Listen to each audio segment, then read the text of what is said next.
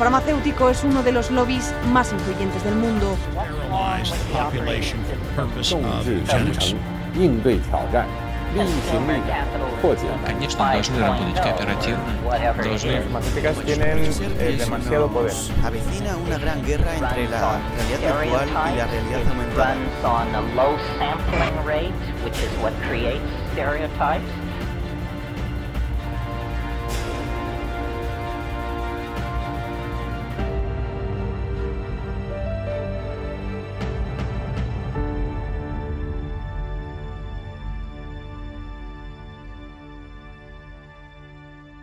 Hola, ¿cómo están? Bienvenidos a Humo y Espejos. Como siempre, muchísimas gracias por acompañarnos, muchísimas gracias por todos los comentarios que recibimos cotidianamente, ya sea a través de las personas que han visto por el canal, por nuestro canal de YouTube o por las redes sociales, así que muy contentos de que nos hagan este aguante todas las semanas. Así que antes de llevarlos al tema central que nos trae el programa de hoy, vamos a llevarlos a la columna de Azul, donde ella analiza los fenómenos sociales como una herramienta en la política. Así que Marcelo y Azul está con ustedes. Bueno, gracias Ivonne. Bueno, como decíamos, vamos a ver qué es lo que nos trajiste hoy. A veces también me han surgido algunas inquietudes y queremos explicar que básicamente la idea de esto es dar herramientas, porque estos son temas que nosotros vamos tratando que después tienen un peso geopolítico importante, a veces no siempre se ve tan claro, pero creo que es necesario empezar a formarlos en este tema. Así que bueno, Azul, contame, ¿qué es lo que trajiste para hoy? Hoy vamos a hablar de un tema que es increíble, que sea debatible, pero que se llegó ya a ese punto, que es la pedofilia.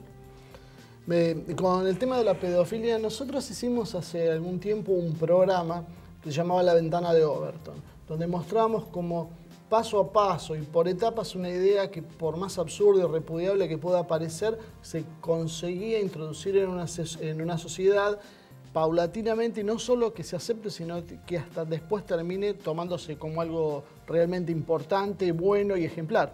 Sí, lo que pasa es que una vez que vos ya no respetás ningún límite y todo que termina siendo potestad de la voluntad. Si yo quiero hacer algo y me hace sentir bien, lo puedo hacer.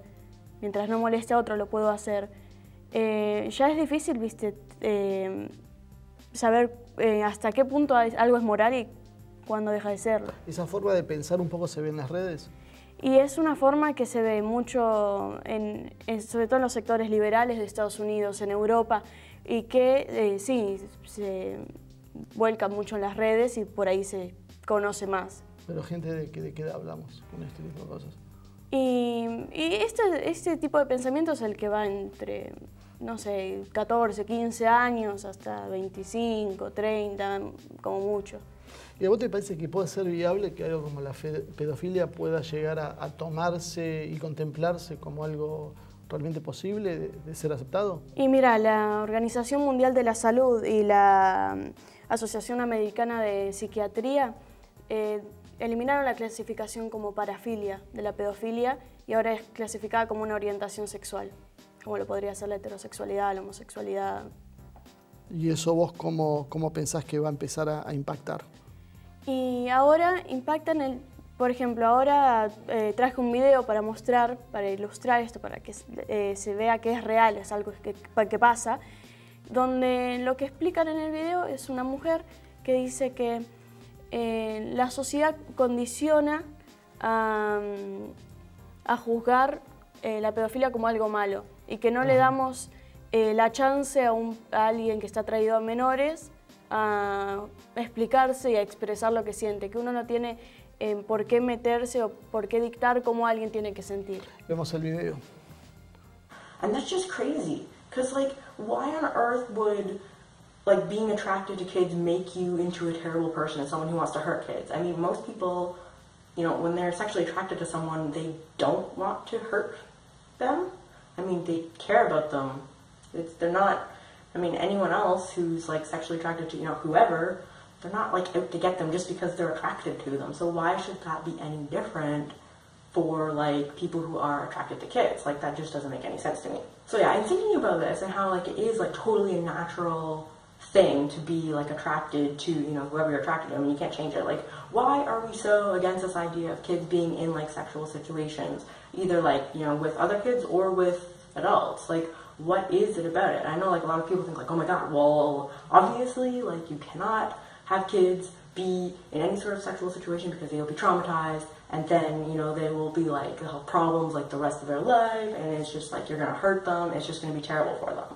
And like, I'm not sure that's the case. Like, I feel... ¿Cuáles son las condiciones que vos pensás que son necesarias para que esto pueda ir avanzando socialmente? Primero se empieza con todo eso que decía la mujer esta en el video, que se decía que uno no tiene que juzgar, que todo el mundo es libre de hacer lo que piensa, y después empiezan cambiando vocabulario. Hay algunos que te aceptan la palabra pedófilo y se reconocen como tales, pero después hay otros que prefieren términos como child lover, como amante de los chicos. Ajá. O sea, te cambian el vocabulario.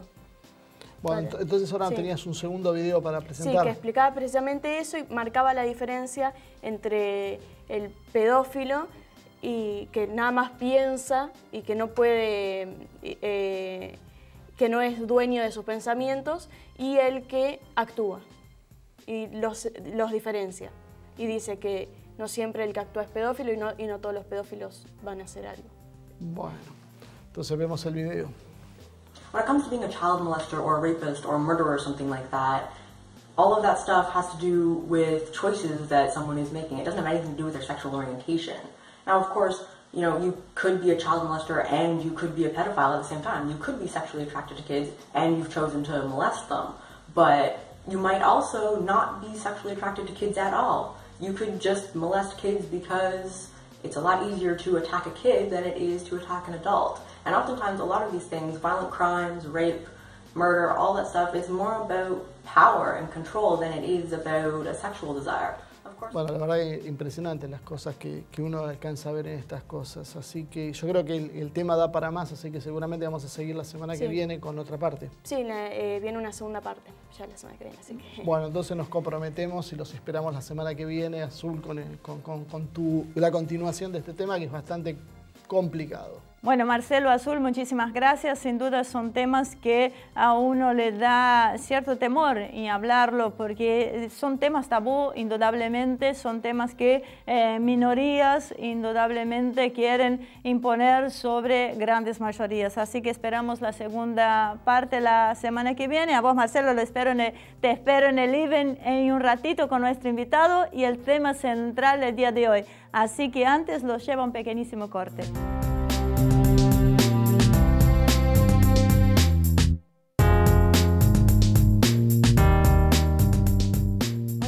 Ahora sí, al tema central que nos toca hoy. Hoy nos vamos a referir a este gigante latinoamericano que es Brasil, mi querido Brasil. Y nos va a acompañar el periodista Héctor Bernardo. Pero antes de llevarnos con él en el living, los invito a ver la primera parte del informe que les preparamos.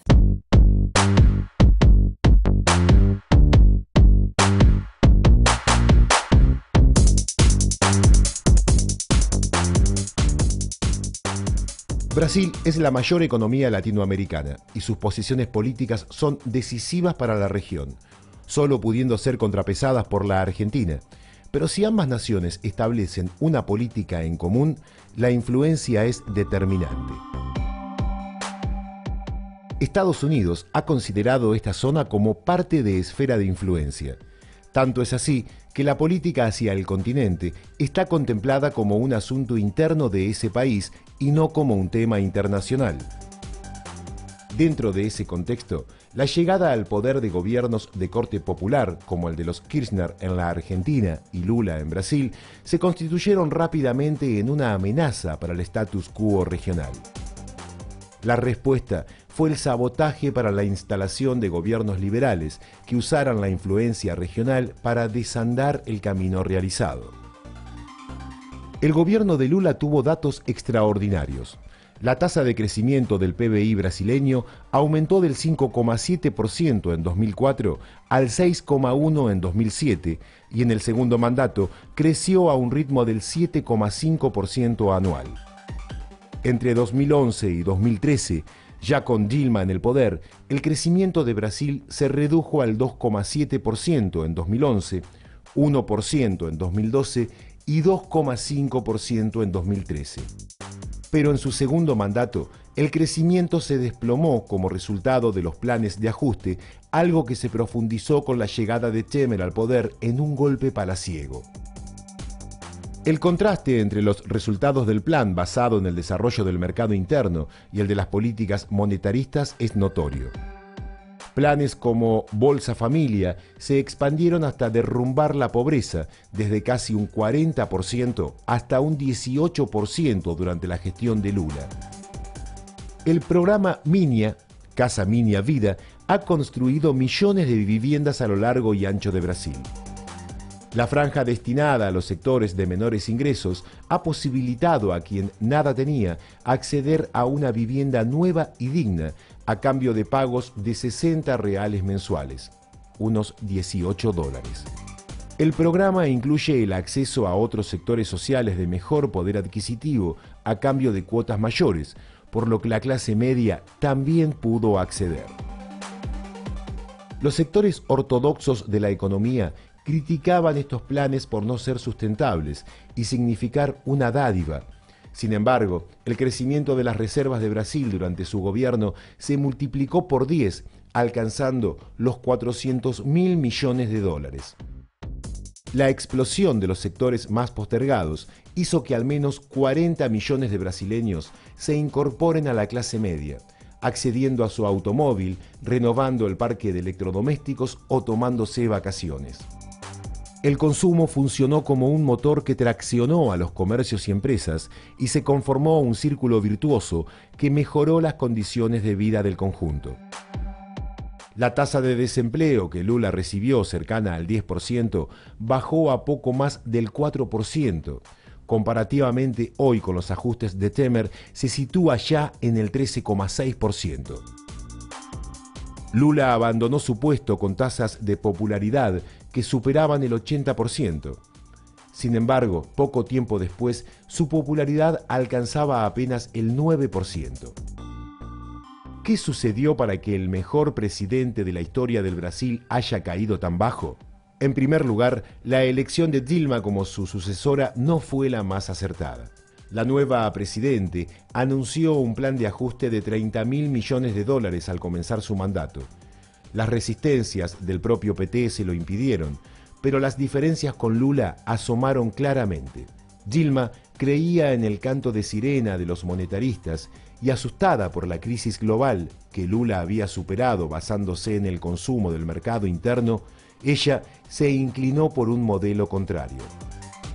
El descenso del nivel de vida fruto del cambio económico que empezó a paralizar al país abrió las puertas a los sectores globalistas agazapados que esperaban una oportunidad para desembarazarse de un gobierno hostil a sus intereses.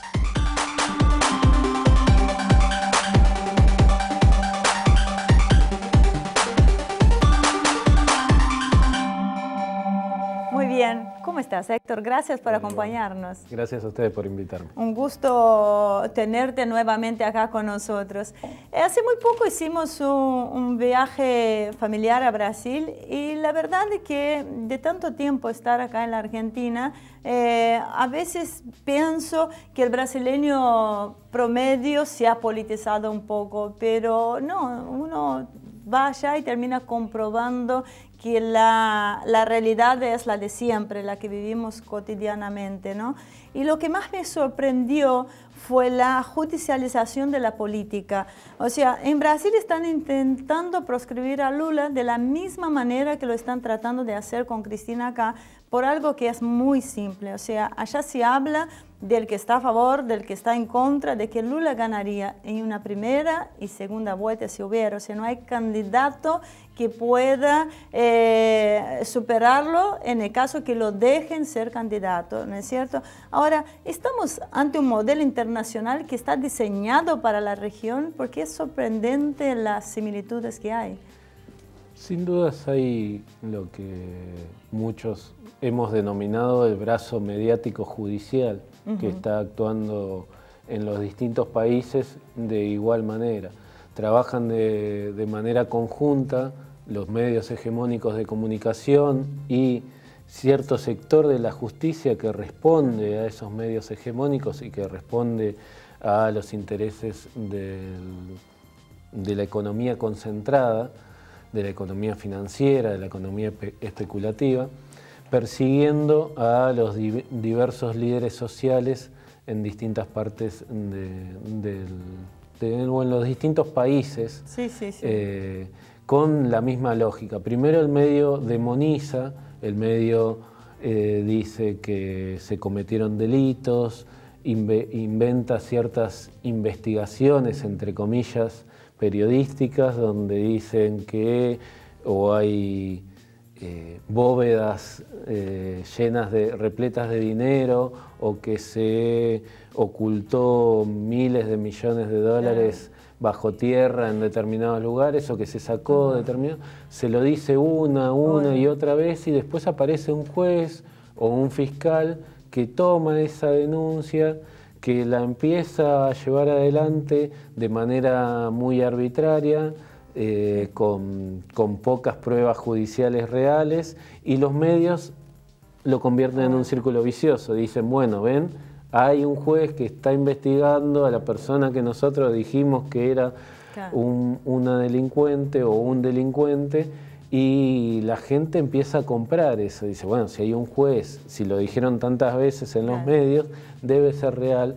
Y muchas personas se terminan convenciendo de que existe, de que esa persona denunciada realmente cometió el delito, más allá de que nunca hayan visto una prueba al respecto. Eso, Marcelo, vos como argentino que hace mucho va a Brasil, también lo pudiste comprobar. Pero ¿no es más burda las cuestiones en Brasil? Por ejemplo, con el tema de Lula con el triplex, eso... en algunas cosas creo que sí. Considerar que alguien que es presidente de Brasil maneja un presupuesto billonario en dólares y que la coima es un triplex en la costa, que encima fue muy gracioso porque cuando él hace la entrevista con Sergio Moro, que es el juez que actúa ahí, le dice cómo lo probaban, y por este documento, le dice el documento, yo eso no lo firmé. Claro. Ni siquiera tiene una firma, es una cosa totalmente, como decía Héctor, totalmente arbitraria. Lo que sí me pareció más prolijo en el sentido de que Sergio Moro no es Bonadío, o sea, un tipo tiene otra presencia, se ha movido mejor, creo que lo educaron mejor que lo que lo han hecho con Bonadío. Si yo no me equivoco, Sergio Moro fue fabricado en los Estados Unidos.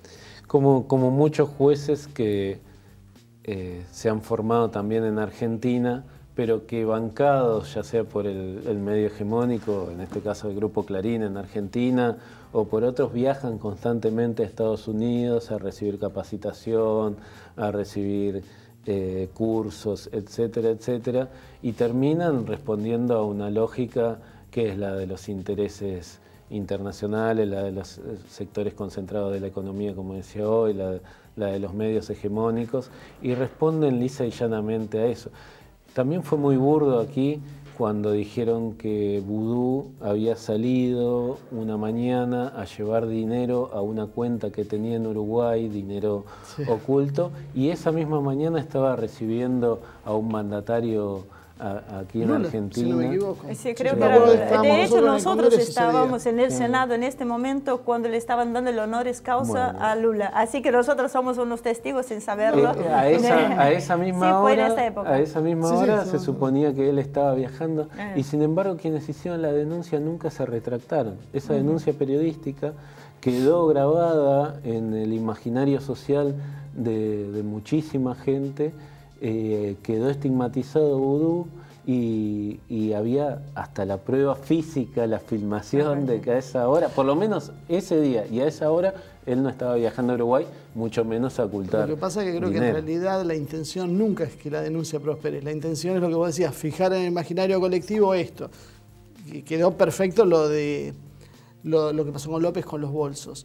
O sea, si yo voy y digo, hice una transferencia de 9 millones de dólares, un dato más.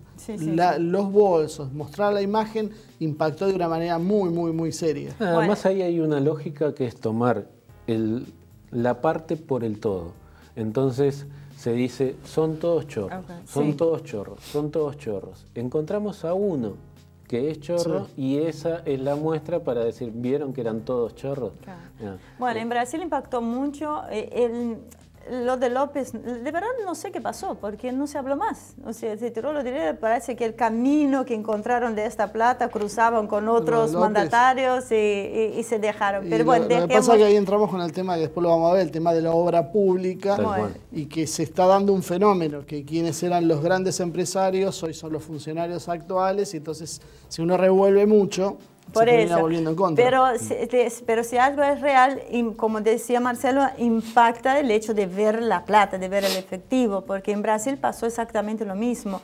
Mostraron contando el dinero ahí y la gente saltaba de la bronca diciendo... Claro, eso fue en el soborno que hizo Temer a Acuña para que no lo delate, que mostraban cómo llevaba una valija con 500.000 reales, lo que era el intermediario. La coima en realidad iba a ser 500.000 reales por semana durante 20 años. O sea, era un dinero. Y bueno, el impacto de verlo, aparte estaba filmado como en una película. Mediáticamente eso tiene un impacto que no lo tiene cualquier estudio serio que demuestre cómo el gobierno, por ejemplo, el gobierno argentino se beneficia a sí mismo y a sus empresas con cada una de las medidas que toma. Que Aranguren en su momento haya decidido dejar de comprar el petróleo, el gas a Bolivia, y que se lo empiece a comprar a Chile, siendo que Chile no produce gas y que lo produce Shell, y siendo que Aranguren tenía 16 millones de pesos en acciones de Shell, y siendo que Aranguren había sido funcionario CEO de Shell en Argentina. Sin embargo, cualquier investigación de esas series queda totalmente desarmada ante un hombre que llega con una valija llena de dinero y que trata de esconderla. Y que aunque parezca mucho, en realidad es un vuelto para las cifras que se manejan. Sin duda, sin duda. Por eso que digo, los porcentajes tal vez parecen ínfimos, pero la imagen de la maleta con dinero, la imagen del bolso con dinero es mucho más impactante que cualquier otro estudio mucho más serio. Bueno, de hecho, el brasileño promedio no estamos, por lo menos yo cuando estaba allá y viendo hoy la realidad, al sentir volviendo a la tierra natal, el brasileño promedio no está en el cotidiano de la política nacional, siquiera de la internacional. Lo que normalmente quiere es la internacional, pero bueno, no quería decirlo de esta manera. Pero digamos que el brasileño se levanta con el pensamiento de querer ir a su trabajo, querer hacerlo bien, poder venir el fin de semana a tomar una cerveza, ir a un club, a una playa. O sea, pese a que somos una gran economía, una gran potencia, el brasileño promedio no está todo el día. Si uno imagina un argentino, todo el argentino en las charlas de café está arreglando el mundo, está hablando de la política. Es algo para uno que viene de afuera, impresiona para bien, ¿no? El conocimiento que tiene. Pero nosotros estamos un poco más tranquilos. Y cuando hablamos de la corrupción política, además de ser ilegal y es censurable, tiene un factor que es el de tener políticos controlados, ¿no es cierto? Para luego presionarlos cuando se necesita. Los famosos carpetazos. Exacto. Bueno, así que vos acá, en la Argentina, ¿cómo lo ves? Bueno, hay varias aristas de lo que señalaste. Por un lado, te comentaba por ahí antes del programa, en esa charla informal que estábamos teniendo, que había visto una encuesta que señalaba que menos el 65% de los brasileños creían que cualquier sistema social que les garantizase un pasar económico les parecía correcto. No veían a la democracia realmente como un valor esencial, sino que lo primero era el bienestar económico y después el sistema político que le garantice ese bienestar económico. Sin dudas, no ha habido la politización de la sociedad brasileña que debió haber durante todos estos años de gobierno de Lula, de gobierno de Dilma. Muchas veces se juega con estas cuestiones de que Temer lo hizo, ¿no es cierto? Temer logró generar y unir y movilizar a un montón de gente en contra suyo,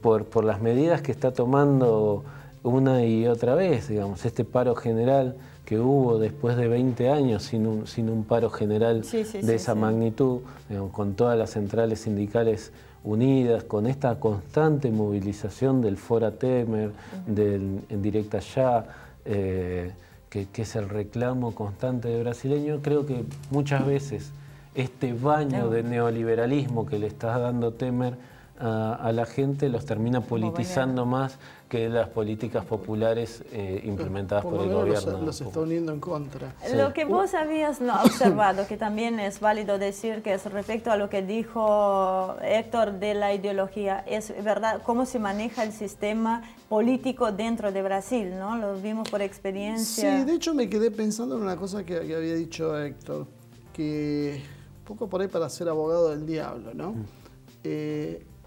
Valoran su interés inmediato y no la forma de gobierno. Pero también a la vez, eso lo vimos en nuestro país, nos han jugado con el tema de valoremos la república, no importa que a vos te vaya bien, en realidad al país le va mal. Y mucha gente compró ese discurso. Entonces a veces como que no termina de saber. Entonces por ahí mi reflexión está aprovechando que vos estás metido en el tema de medios, ¿no? Que es tu especialidad el periodismo. La pregunta surgía por este lado. ¿Se puede tener una democracia real cuando no tenés el control de los medios? Porque no tenés una información equilibrada, justa. Entonces, por más votaciones que vos hagas, siempre de una forma u otra son amañadas. Respecto a eso dijo algo muy interesante, como tantas cosas interesantes que dice la expresidenta Cristina Fernández de Kirchner en su último discurso en el Parlamento Europeo. Ahora, recientemente, cuando hizo su viaje por Europa, entre otras cosas, dio una conferencia en el Parlamento Europeo y ella dijo que debemos repensar y discutir la democracia, porque las instituciones democráticas que nos gobiernan hoy, el Poder Ejecutivo, el Poder Legislativo, el Poder Judicial, que incluso el Poder Judicial tiene esta rémora casi colonial y de nobleza, ¿no es cierto?, de esto que se reproducen a sí mismos y que no entra nadie ahí, que son vitalicios además, pero más allá de eso, estos tres poderes fueron pensados en 1776, cuando ni siquiera la luz o la energía eléctrica existía. Entonces es necesario repensar la democracia con los nuevos actores que existen hoy por hoy, con la nueva concentración económica y con los medios de comunicación como un elemento fundamental de esta vida democrática actual. Que terminan siendo más poderosos que los poderes constituidos. Terminan siendo tremendamente poderosos y, como también señalado varias veces el filósofo mexicano de origen mexicano que vive en Argentina, Fernando Buenabad, es necesario que los pueblos de Latinoamérica y que sus gobiernos empiecen a pensar legislaciones que vayan más allá de su propio país, porque los medios concentrados actúan de manera coordinada en todo el continente. Entonces, cuando quieren atacar a un gobierno como el de Cristina, el de Lula o el de Venezuela, que es el más clásico, toman una versión mentirosa, a veces acotada, a veces totalmente mentirosa,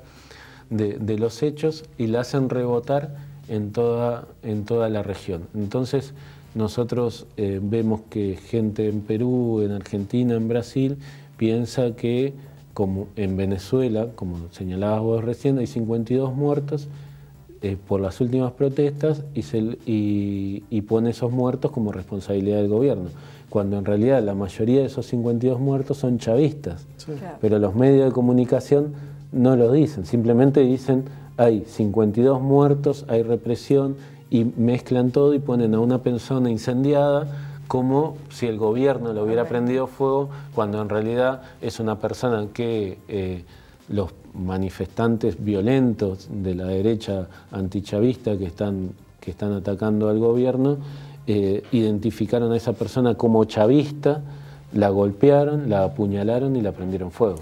Ahora, para cerrar, porque ya tengo que llevarlos a un corte, nosotros hace poco, antes del viaje a Brasil, subimos una parte de la conferencia de prensa que dio el embajador acá en la Argentina.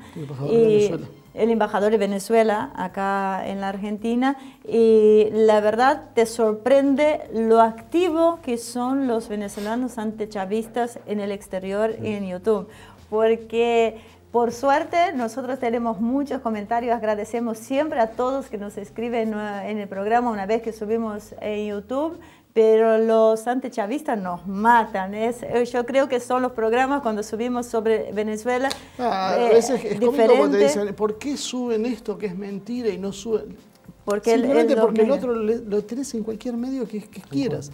Lo que nunca tenés es la campana en realidad de lo que dice el gobierno de Maduro. Nosotros bueno, mostramos... no te gusta, nadie te obliga a creerlo, pero escuchalo, sopesá. Nosotros mostramos las dos campañas. Lo que pasa es que los medios de comunicación muestran una sola, entonces tratamos de mostrar la alternativa. Sí, así pero que bueno. Incluso, y te digo esto simplemente para cerrar, en el caso de los muertos en Venezuela no hay dos campanas. Claro. La mayoría de esos muertos son chavistas. Sí.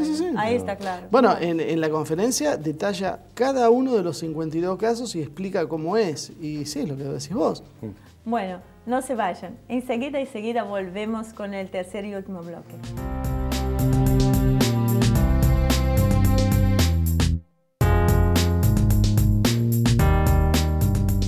Regresamos a esta última parte de Humo y Espejos, analizando este gigante que es Brasil. Así que los invito a ver la segunda parte del informe que les preparamos.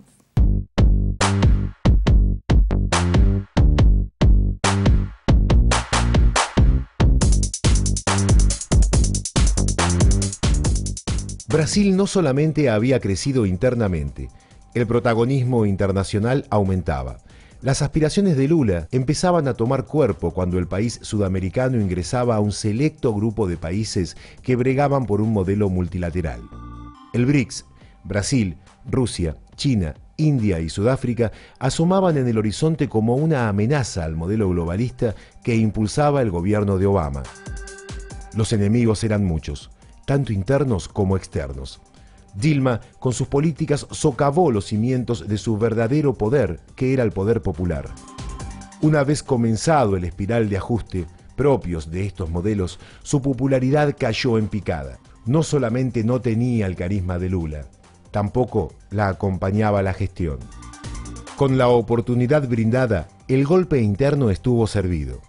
Un contexto internacional favorable, con Macri en la Argentina, facilitó aún más las cosas, y Temer se constituyó en un nuevo presidente. La alta burguesía brasileña creía que había llegado el tiempo de terminar con el legado lulista, sin entender que las políticas de Lula los favorecía. Los técnicos educados en Estados Unidos y en Europa tienen la capacidad de hacer que la gente apoye lo que va en contra de sus propios intereses. Los resultados negros de Temer, sus intentos de flexibilizar las relaciones laborales y aumentar la edad jubilatoria, fueron el detonante de una reacción popular. Pero debemos detenernos para hacer algunas observaciones. En primer lugar, la todopoderosa cadena O Globo es la punta de lanza para la destitución de Temer, mientras que el otro medio influyente, la Folha de Sao Paulo, intenta sostenerlo. ¿Por qué sucede esto? Brasil recrea hoy el enfrentamiento entre una burguesía local expresada por O Globo y una internacional que utiliza la Folha de Sao Paulo para influir en la opinión pública.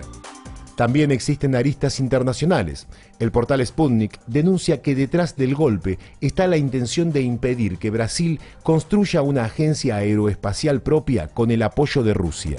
Embraer es la tercera empresa aeronáutica mundial luego de Boeing y el consorcio europeo Airbus. Según denuncia el medio ruso tomando como fuente un portal de defensa brasileño, en diciembre de 2014, el viceprimer ministro ruso, Dmitry Rogozin, encargado del área aeroespacial, visitó Brasil con una delegación de 13 miembros. Embraer rechazó la visita con la excusa de no tener lugar en la agenda. Rogozin continuó su visita con Mectron, una empresa militar vinculada a Odebrecht, Defensa y Tecnología, ODT. Embraer era la elegida para la nacionalización de los sistemas de batería antiaéreas Pantsir e Igla que Rusia estaba en proceso de vender a Brasil. Unos años antes, con Lula como presidente, Embraer debía participar en un proyecto de creación de un avión militar. Rusia estaba dispuesta a ensamblar en Brasil el T-50, un avión de quinta generación, transfiriendo tecnología a este país como lo hace con India. La oposición de Embraer y de sectores militares pro-norteamericanos hizo que se descartara la compra de los Sukhoi para renovar su flota de cazas que ya había cumplido su vida útil, eligiendo a la sueca Saab con su Gripen. El escándalo del lavajato empieza con Odebrecht, seguramente no por casualidad. Este proceso de despegue del acercamiento a Rusia culmina con la presencia de Temer, que desarticula toda negociación con Rusia. Hoy, Lula comienza a crecer en su popularidad. Si bien el brasileño promedio es poco politizado y muy influenciable por los grandes medios, comienza a revalorar a Lula. La similitud con la campaña mediática en la Argentina es asombrosa, con medios acusando a Lula, al igual que a Cristina Fernández de Kirchner, de corrupción y de haber creado un mundo ficticio imposible de sostener en el tiempo.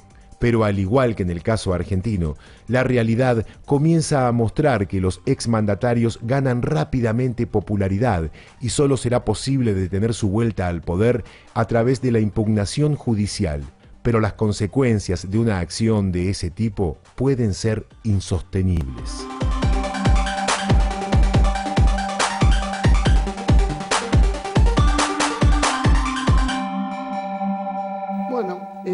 En Brasil creo que aparte de lo que venimos hablando, hay algo que es más profundo. Hubo un portal de defensa brasileño que habló de un tema que se sabe poco.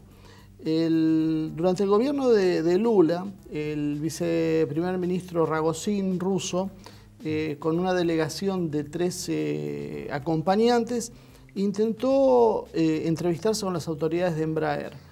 Las autoridades de Embraer no lo recibieron aduciendo un problema de agenda. El problema real, lo que subyacía detrás de esto, era básicamente que lo que esto era parte de un proceso que estaba intentando hacer Lula para desarrollar, por un lado, un submarino nuclear que se hablaba y por otro lado, para poder desarrollar una agencia aeroespacial. Ahí es donde entraba de lleno el tema de Embraer. Como todo el mundo sabe, Embraer es brasileña, es la tercera empresa más grande del mundo después de Boeing y de Airbus. Sin embargo, hay un detalle a tener en cuenta, que en realidad la han privatizado. Entonces, hoy Embraer juega más para Estados Unidos que realmente para Rusia. Entonces, después lo que se supo a raíz de esto era que Lula decide hacer un consorcio y entregarle a Odebrecht la realización de todo este proyecto que Embraer se resistía a hacer. Años después vemos que el lavallato salta por Odebrecht, que es una empresa con casos de corrupción, pero no es la única empresa. En realidad sabemos que es el modelo habitual de funcionar de las grandes corporaciones para crecer. ¿Cómo entendés este juego geopolítico? ¿Hasta dónde apunta? ¿Hasta dónde es solo Odebrecht? O en realidad lo que están haciendo, como muchos piensan, es cortándole las piernas a Brasil, donde Odebrecht empezaba a internacionalizarse y a meterse en áreas donde no era bien vista. La verdad que la geopolítica de la región ha sido muy complicada en los últimos años. Como también señalaba en alguna charla que tuvimos Oscar Laborde, parlamentario de Mercosur, desde el 5 de noviembre de 2005, cuando aquí le dijimos no al ALCA, y nosotros nos quedamos todos festejando ese no al ALCA, Estados Unidos ese mismo día empezó a pensar cómo recuperar este territorio que había perdido. Y empezó a tomar un montón de acciones que no podemos enumerar ahora, pero que son claves, desde las ONG que fue financiando y que fue insertando en cada uno de los países, el apoyo a las oposiciones, los intentos de desestabilización, etcétera, etcétera, fue tratando de romper con esta idea del multipolarismo, de un mundo multipolar que se estaba construyendo, que se estaba apoyando desde la región y con el que la región quería interactuar. Lo dijo muy claro recientemente el director, el jefe del Comando Sur. Rusia e Irán habían comenzado a... Rusia, Irán y China habían comenzado a tener mucho peso en un continente que ellos consideran su patio trasero. Y eso no podía ser. Había que recuperar sí o sí ese continente, ese patio trasero. Lo dijo claramente, lo dijo sin eufemismos. Bueno, es que para la política hacia América Latina no depende del Departamento de Estado en Estados Unidos, lo cual creo que es más que una confesión. Sí. O sea, no es relaciones exteriores, es un tema doméstico. También lo señaló justamente, y reforzando lo que vos acabas de decir, lo señaló Atilio Borón.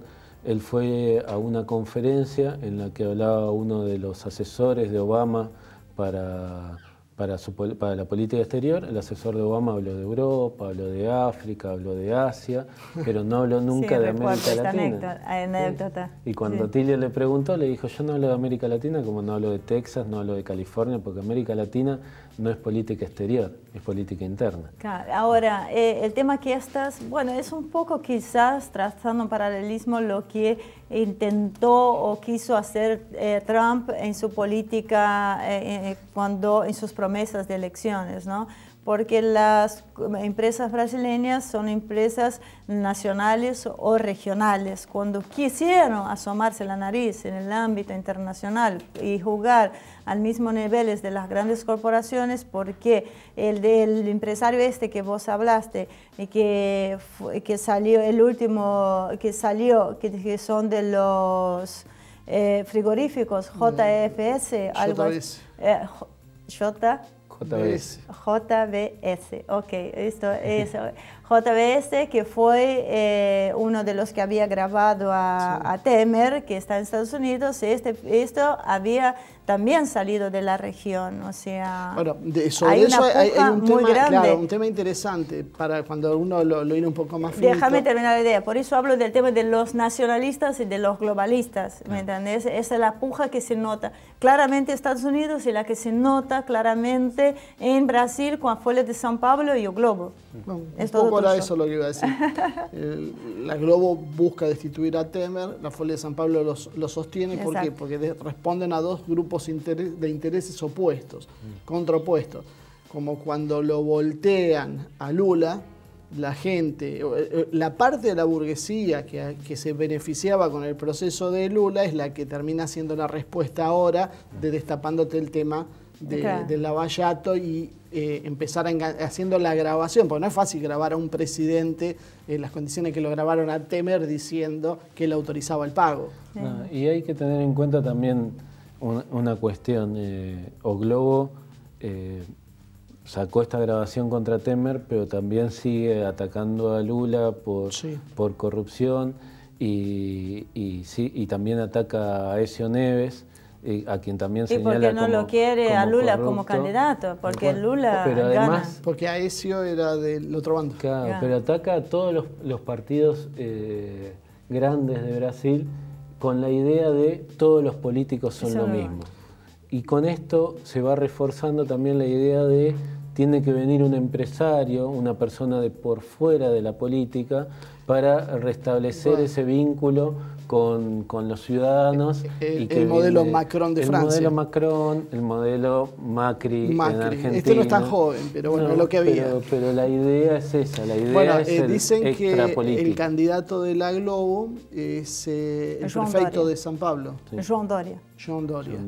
Que tiene ese perfil que vos decís, es un empresario joven, devenido a político ahora, pero la gran duda es si les va a dar el tiempo para fabricar el candidato que necesitan, porque las elecciones son ya y hay un tiempo de maduración. Y por lo que todo el mundo dice en Brasil, desde un empresario, pasando por un político, hasta el último peón, y sean lulistas o antilulistas, todos coinciden en que Lula gana, lo cual solo les da una alternativa que es la de encarcelarlo a Lula o de alguna manera proscribirlo. Sí, es lo que señalábamos hoy al principio de la charla, ¿no es cierto? El brazo mediático judicial tratando de jugar esta última ficha y decir, bueno, si es necesario que sean elecciones directas ya, que es lo que ellos también han tratado de evitar, ¿no es cierto? Sino que si se va a temer, sea el Congreso el que elija al presidente que lo reemplace, pero bueno, ante el reclamo constante y ante la posibilidad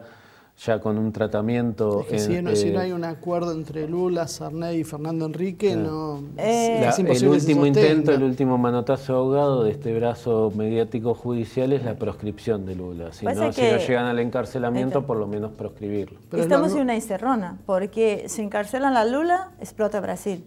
Y si no lo encarcelan a Lula, ganan las elecciones, no hay otra. Ellos creen que podrán manejarlo mediáticamente, pero es como lo pasa con Cristina acá. ¿Qué pasa si la metés presa a Cristina?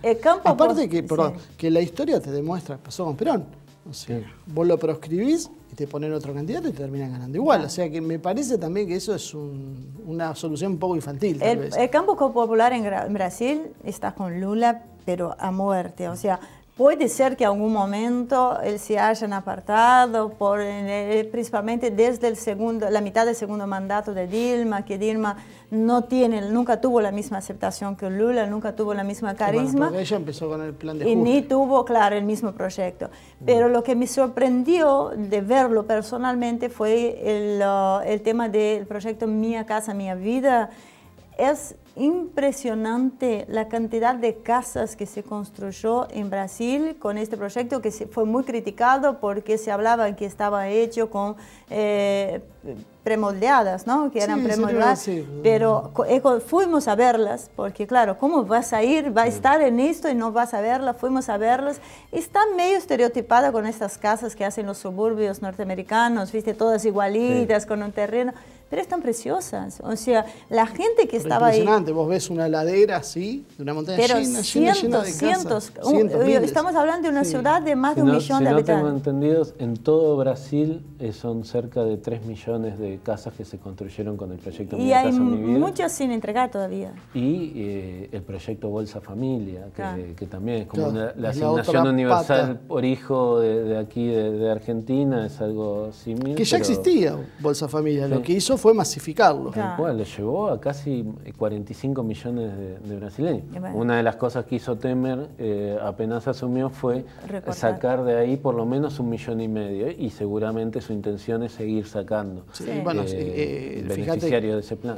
El escándalo más grave que salta por el tema de la jubilación y los recortes, como se llama, la flexibilización a la brasileña. Sí, 12 horas de jornada de trabajo. Es 12 horas de jornada de trabajo, que las mujeres embarazadas puedan trabajar en lugares insalubres, que el jefe las pueda tener trabajando en lugares insalubres, que pueda reducirle el salario, que aumenten la edad jubilatoria. Sí, eso le dio un sacudón al brasileño y por algo está con eso. Y es algo que nosotros tenemos que estar advertidos, porque realmente si el modelo de Macri puede profundizarse con las elecciones legislativas de este año, vamos rumbo a lo que está pasando en Brasil hoy. Y porque volvemos al modelo continental. Ese es el modelo que Macri quiere aplicar en la Argentina, que no ha podido aplicarlo todavía, pero que incluso muchos de sus ministros ya lo vienen anunciando como el futuro ajuste después de las elecciones.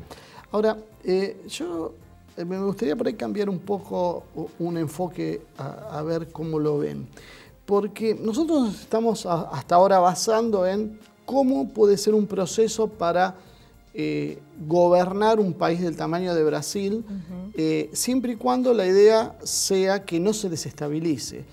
Hace unos días Thierry Missan dio una entrevista en RT, no sé si la llegaste a ver. Dio una entrevista y él explicaba, dice, que hay un error de concepto en la nueva política que está siguiendo Estados Unidos, básicamente el sector globalista de Estados Unidos, y al cual parece que Trump difícilmente pueda terminar de escapar y va a terminar jugando con el mismo proyecto. Dijimos una mínima esperanza, pero por ahora hay muchas cosas inquietantes. Lo que plantea Thierry Missan es, no van a Venezuela por el petróleo. Estados Unidos hoy no necesita el petróleo. Ah, sí, la vi la entrevista. ¿La viste? Sí, sí. Lo que necesita Estados Unidos es destruir la competencia. O sea, lo que están haciendo en los que son los países árabes, en Medio Oriente, básicamente evitar que se te coaliguen distintas naciones o que alguna sea poderosa o simplemente destruir la fuente de aprovisionamiento energético a China. Sobre eso decía que América Latina es el próximo destino, que eso va a ser un dominó. Solo van a quedar exceptuados México, Brasil y Argentina. ¿A vos te parece esto es viable? Yo creo... Y es viable, aparte, sacar a Argentina y Brasil, meterles este modelo en este contexto regional y que no explote todo. Después que vi la entrevista, charlé con personas que yo respeto mucho, como Carlos Raimundi o Alicia Castro, sobre este tema, y coincidimos en que puede ser que vayan por eso, pero creemos que descartar el tema de los recursos naturales tan contundentemente como hace el especialista en la entrevista, no lo comparto ni lo comparten. Yo creo que la intención no es esa, es destruimos y después vamos y los tomamos porque es negociar con una banda que tiene una región petrolera. No es lo mismo que negociar con un Estado. Que es probable... Pero en la metodología de desestabilización en sí. La metodología de desestabilización es la que vemos en el resto de la región, pero más concentrada en Venezuela. Lo vimos también con el golpe de Estado de 2002, del 11 de abril de 2002. Digamos, cuando los medios de comunicación fueron un actor fundamental en ese golpe contra Chávez, que Estados Unidos avaló rápidamente y que por suerte duró solo 48 horas. El pueblo se levantó y repuso a su presidente democráticamente electo en el gobierno. Este proceso desestabilizador tiene un grupo radicalizado. Tiene un grupo donde está Lilian Tintori, que también se reunió con Temer, ¿no es cierto?, para defender la democracia en Venezuela. La esposa de Leopoldo López va y se reúne con un golpista en Brasil. Suena por lo menos contradictorio, ¿no es cierto? Pero bueno, Lilian Tintori y algunos de su entorno, Capriles también, están totalmente radicalizados, hacen el juego a esta idea de vamos por todo, queremos prender fuego Venezuela. Se pueden escuchar en audios que han sido grabados de conversaciones telefónicas de ella, donde dicen: nosotros queremos prender fuego Venezuela, no queremos otra cosa. Pero el mismo Thierry Missan les advierte que ellos van a ser las próximas víctimas, porque una vez que lo consigan, después van a caer sobre la misma rueda que están haciendo, porque Estados Unidos o el globalismo, quien sea, no busca aliados.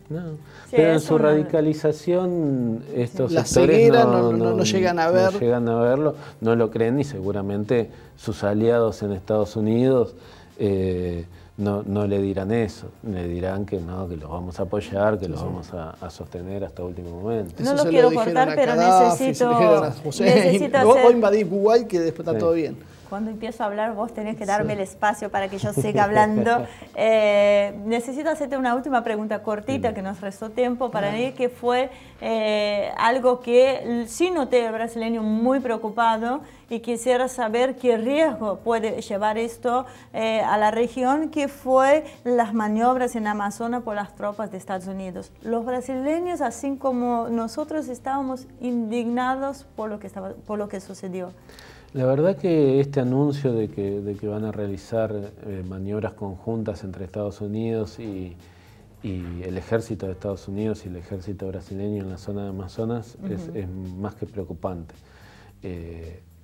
Sobre todo teniendo en cuenta la constante intención de Estados Unidos de atacar Venezuela, de hacer una intervención, de sacar, ya sea desde la OEA o desde algún otro sector, algún aval político que les permita después la intervención militar directa.